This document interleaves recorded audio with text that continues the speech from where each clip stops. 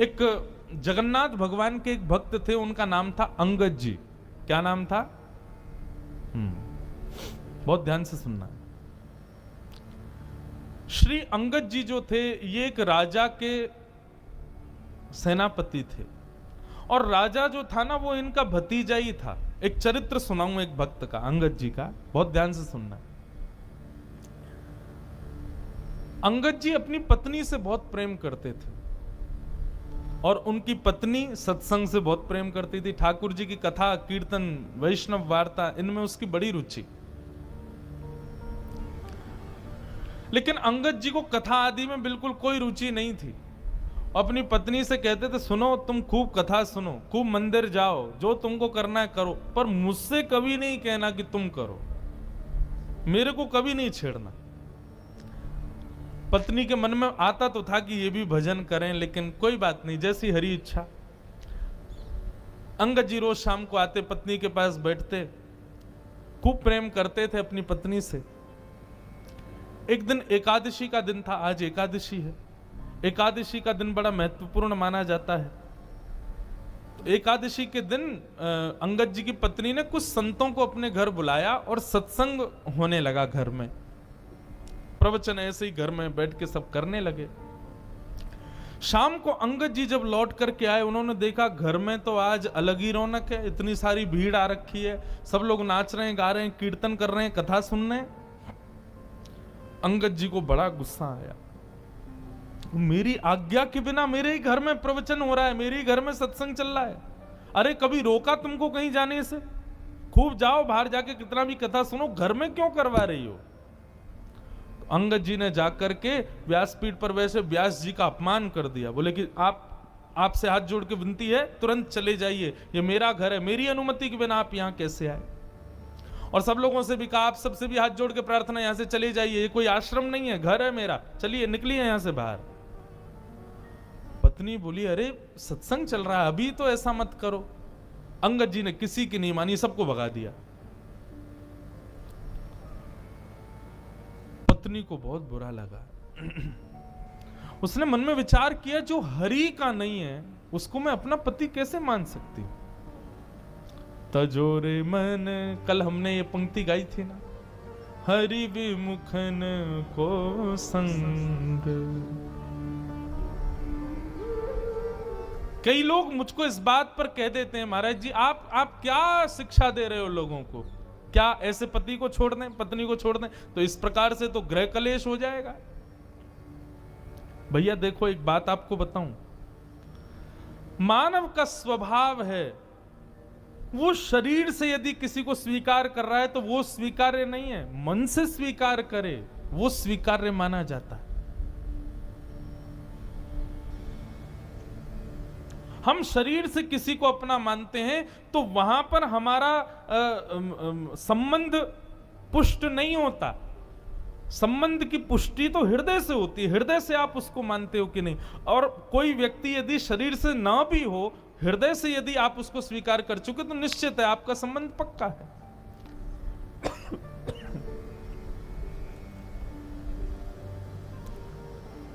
महादेव ने सती का त्याग किया, लेकिन ऐसा नहीं कि सती को कैलाश से ही कह दिया हो कि आप चली जाओ अपने मायके में जाकर करो ना। बस मानस जी में गोस्वामी जी कहते हैं, बगल में जो आसन लगाते थे उसको सामने लगा दिया, बस इतना ही त्याग किया। और ये त्याग किसका था? शरीर का त्याग नहीं था, हृदय से त्याग था।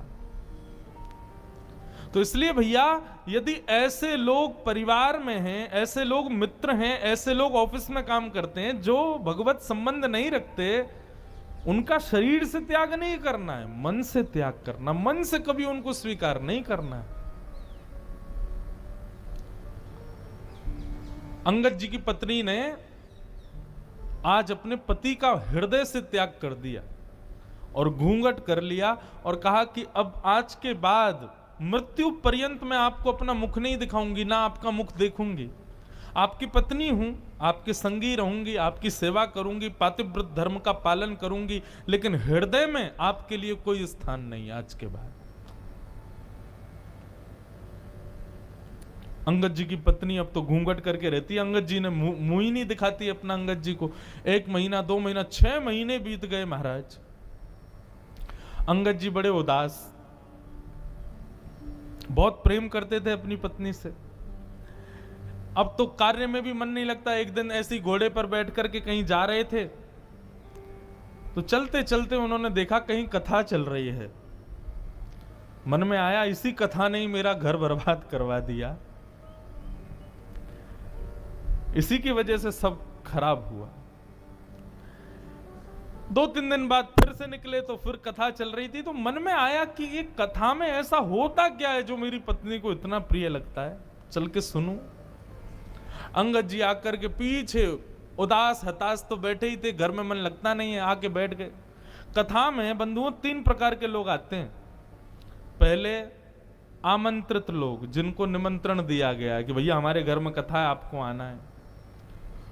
दूसरे वैष्णव कथा प्रिय लोग, उनको बस पता चल जाए कथा कहां हो रही है, वो ये विचार नहीं करेंगे दूरी कितनी, समय कितना लगेगा, कहां क्या, निमंत्रण की भी अभिलाषा नहीं, बस पता चल जाए कथा कहां है, वो पहुंच जाते हैं। और तीसरे संसार के मारे दुखियारे लोग, जिनको घर में या व्यापार में कहीं भी कुछ मिल नहीं रहा है, बड़े उदास अपने जीवन में जी रहे हैं, वो आके कथा में बैठते हैं। तो ऐसे ही अंगद जी आकर के बैठ गए। अंगद जी आकर के बैठे तो निश्चित कथा सुनते सुनते उनके हृदय को बड़ी शांति सी मिली। बंधु एक बात बताऊं, गीता में भगवान अर्जुन से एक बात कहते हैं। अर्जुन ने कहा कि नाथ, व्यक्ति सुख की प्राप्ति के लिए इतनी मेहनत करता है तो उसको सुख मिलता क्यों नहीं है? भगवान ने कहा डेस्टिनेशन गलत चुनी है मानव ने, सुख नहीं। हमने डेस्टिनेशन ही गलत चुन रखी है। हर कार्य के पीछे हम चाहते क्या है? सुख मिले। भगवान कहते हैं इसको बदलो, सुख नहीं शांति मिले। शांति की भावना से कर्म करो, शांति की भावना से क्रिया करो। हम क्या करते हैं? हमको सुख मिले, ऐसा करूं इतना मिल जाएगा, ये करूंगा वो करूंगा, ऐसा बनाऊंगा, ऐसे बैठा करूंगा, ऐसा कमरा, ऐसे सोफे, ऐसी पत्नी, ऐसी गाड़ी, ये सब सुख जन्य हम लोग कर्म करते हैं और वही सुख हमको नहीं मिलता। फिर आप अपने क्रिया के पीछे उद्देश्य शांति रखो, भगवान कहते हैं तब मानव प्रसन्न रहेगा।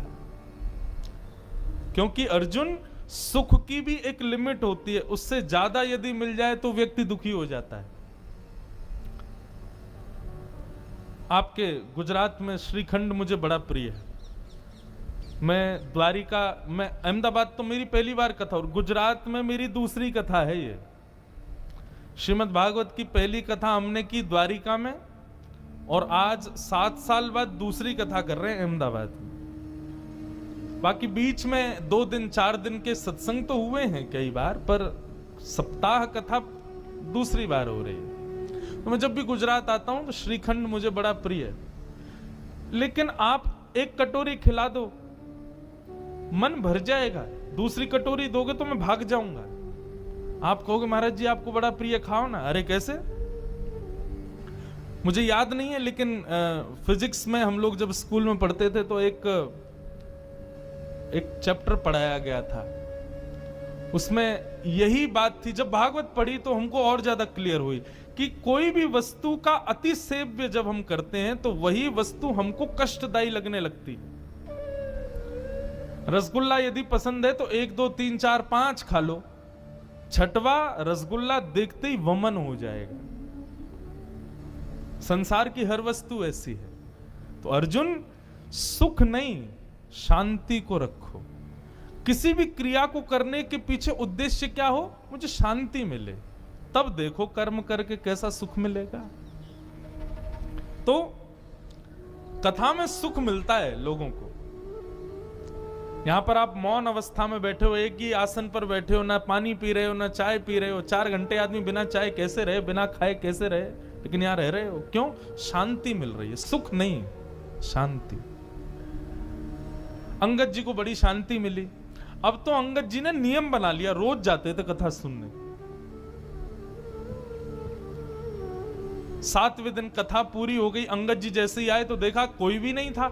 किसी से पूछा, भैया आज कथा नहीं होगी? बोले 7 ही दिन की होती है, कल हो गई पूरी, आज तो चले गए व्यास जी। बोले कहाँ चले गए? बोले दूसरी कथा करने। बोले कहाँ हो रही है उनकी कथा? बोले उस गांव में हो रही है। अंगद जी दौड़ गए, उस गांव में पहुंचे, वहां जाके सुने। अब तो ऐसा चस्का लगा अंगद जी को, जहां भी कथा होती अंगद जी जाते। एक दिन उन्हीं के नगर में कथा हो रही थी, अंगद जी इधर बैठे थे और उनकी पत्नी थोड़ी दूर बैठी थी। दोनों को ही नहीं पता कि दोनों कथा में बैठे। व्यास जी ने जैसे कीर्तन गाया, अंगद जी के नेत्रों से अविरल अश्रुधार ऊर्ध्वबाहु होकर के नृत्य करने लगे आनंद से। तभी पत्नी की दृष्टि गई, ये कौन नाच रहा है? अरे ये तो अंगद जी हमारे पतिदेव हैं। तभी मैं कहूं कुछ समय से ये पहले तो बड़े दुखी रहते थे कि मैं मुख नहीं दिखाती, कुछ समय से बड़े प्रसन्न रहते हैं, मुझसे ज्यादा बात भी नहीं करते, अपनी सेवा पूजा भी करने लग गए हैं और बड़ा सामान्य सा बड़ा सुखमय जीवन जी रहे हैं। मैं सोच तो रही थी बदलाव कैसे आ गया, ये कथा सुनते हैं। आज शाम को कथा के बाद जैसे ही अंगद जी घर लौट करके आए, पत्नी ने अपना घूंघट ऊपर कर ली। अंगद जी बोले, अरे देवी मैं आ गया हूं, घूंघट नीचे कर लो। बोले नहीं नहीं, अब तो घूंघट नहीं करना। क्यों?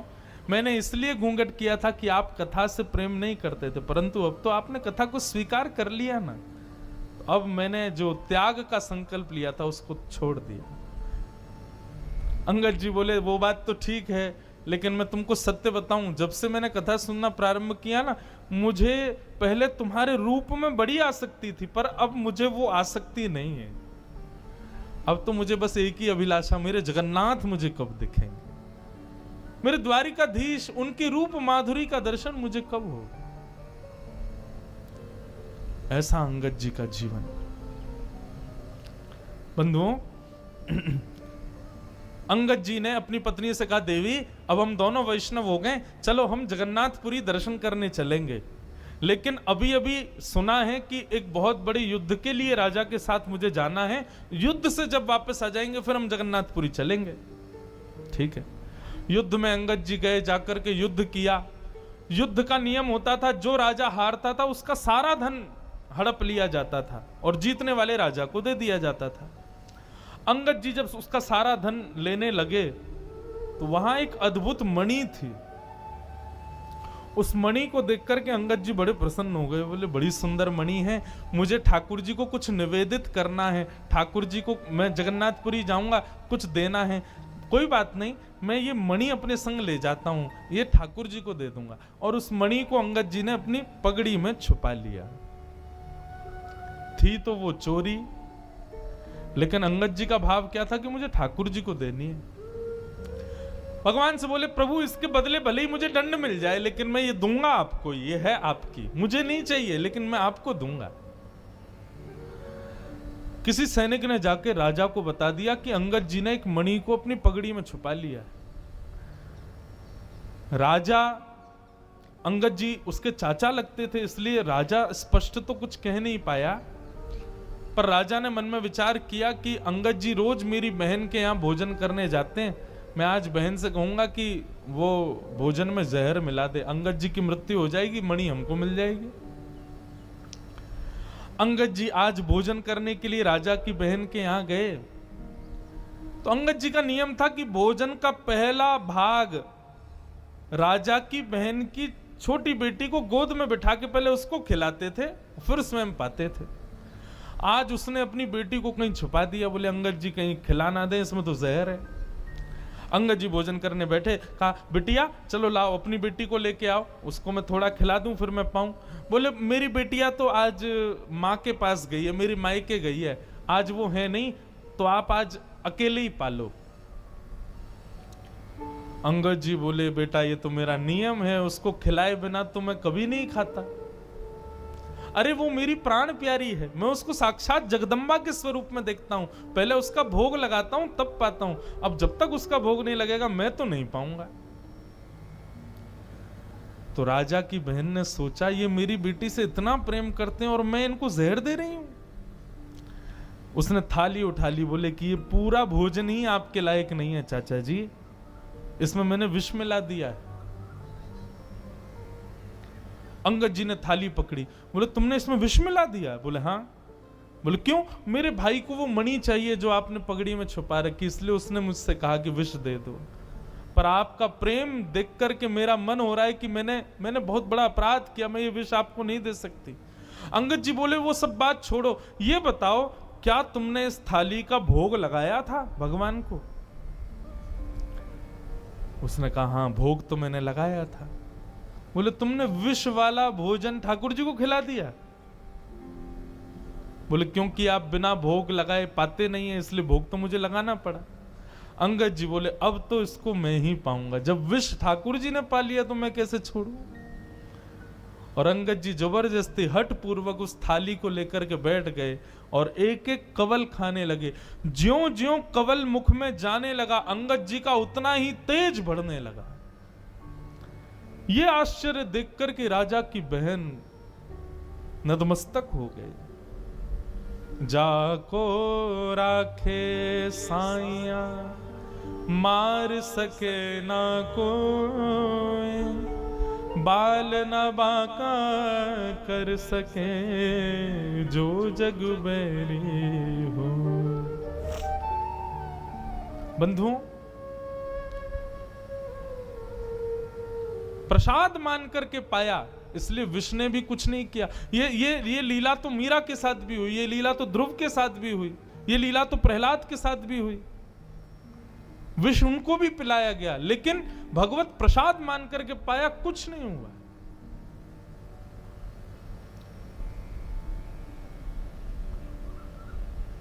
अंगद जी महाराज अपनी पत्नी से जाके बोले देवी अब हमको विलंब नहीं करना चाहिए, क्योंकि राजा मेरे पीछे पड़ गया है, वो कभी भी मेरा वध कर सकता है। मेरा वध कर दे मुझे चिंता नहीं, पर मुझे जगन्नाथ जी को एक बार देखना है। और रात्रि में ही अंगद जी अपनी पत्नी के साथ जगन्नाथपुरी के लिए निकल गए। राजा को किसी दूत ने जाकर के रात्रि में खबर कर दी, बोले अंगद जी निकल गए हैं महाराज। बहुत ध्यान से सुनिएगा, बहुत सुंदर कथा है। आज बहुत दिन बाद में अंगद जी का पूरा चरित्र पता नहीं क्यों सुना रहा हूं। हमारे पूज्य नाना जी भागवत के वक्ता थे, वो कहते थे कि कभी अनायास किसी भक्त का भाव कथा कहते कहते आ जाए तो यही समझना चाहिए लाला कि वो भक्त उस कथा में पधारे हैं, वो भक्त अपनी उपस्थिति दर्ज करा रहे हैं, इसलिए व्यासपीठ से बुलवा रहे हैं।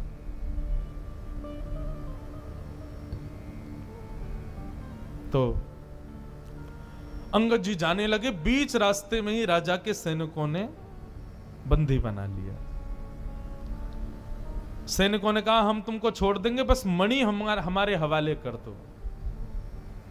अंगद जी बोले जिनके लिए वो मणि है मैं उन्हीं को ही दूंगा। मैंने चोरी की, मुझे आप बंदी बना लीजिए, जीवन भर के लिए कारावास दे दीजिए, लेकिन पता नहीं क्यों जब से मैंने उस मणि को देखा है मेरे मन में आया कि मैं पहली बार जगन्नाथ जी को कुछ दूंगा तो ये मणि ही दूंगा। मैं मानता हूं कि मेरा पाप है, परंतु मैं क्या करूं, मैं अपने नाथ को कुछ देना चाहता हूं, वो उन्हीं के लिए है। सैनिक तो कहां समझने वाले थे, बोले तू अपने नाथ के पास जा भी नहीं पाएगा, तेरा सर कलम कर देंगे, जल्दी दे। अंगद जी बोले अच्छा ठीक है मैं मणि दे दूंगा, लेकिन उससे पहले मैं अपनी एक इच्छा पूरी करना चाहता हूं। बोले बताओ। इस सरोवर है, इसमें मैं स्नान करना चाहता हूं। सैनिकों ने चारों ओर से घेर लिया और अंगद जी जैसे ही सरोवर में गए, स्नान करते हुए कहा हे जगन्नाथ, मैं अभी आपके पास नहीं आ पा रहा हूं, लेकिन आप तो मेरे पास आ सकते हो ना, मेरी मणि स्वीकार करो, मेरा ये छोटी सी भेंट आपके लिए, इसको स्वीकार करो। और मणि को अपनी पगड़ी से निकाल के उसी जल में छोड़ दिया। सैनिक कूद पड़े जल के अंदर, ढूंढने लगे, लेकिन मणि नहीं मिली। राजा भी आ गया, राजा ने पूरा तालाब का पानी सुखा दिया, मट्टियां खोद खोद करके छनवा दी, लेकिन मणि नहीं मिली। राजा ने कहा अंगद सही सही बताओ मणि कहां है? बोले मैंने सबके सामने इसी में डाली है, लेकिन वास्तविकता यह है राजन, वो जिसकी थी उसके पास है, जगन्नाथ जी के पास है। राजा ने कहा हो ही नहीं सकता, तुम पुरी गए नहीं। बोले मैं नहीं गया, वो आए थे मेरे पास और लेकर के चले गए। राजा बोला इसके हाथों में हथकड़ी बांधो, पैरों में बेड़ियां बांधो, ले चलो इसको जगन्नाथपुरी। जगन्नाथ जी का दर्शन करेंगे, यदि मणि वहां नहीं हुई तो उन्हीं के सामने सर धड़ से अलग कर दूंगा। अंगद जी बोले ये तो मेरा सौभाग्य होगा कि मैं जगन्नाथ जी को देखूं और उनके सामने प्राण निकल जाए। बंधुओं, वैष्णव कभी भयभीत नहीं होता।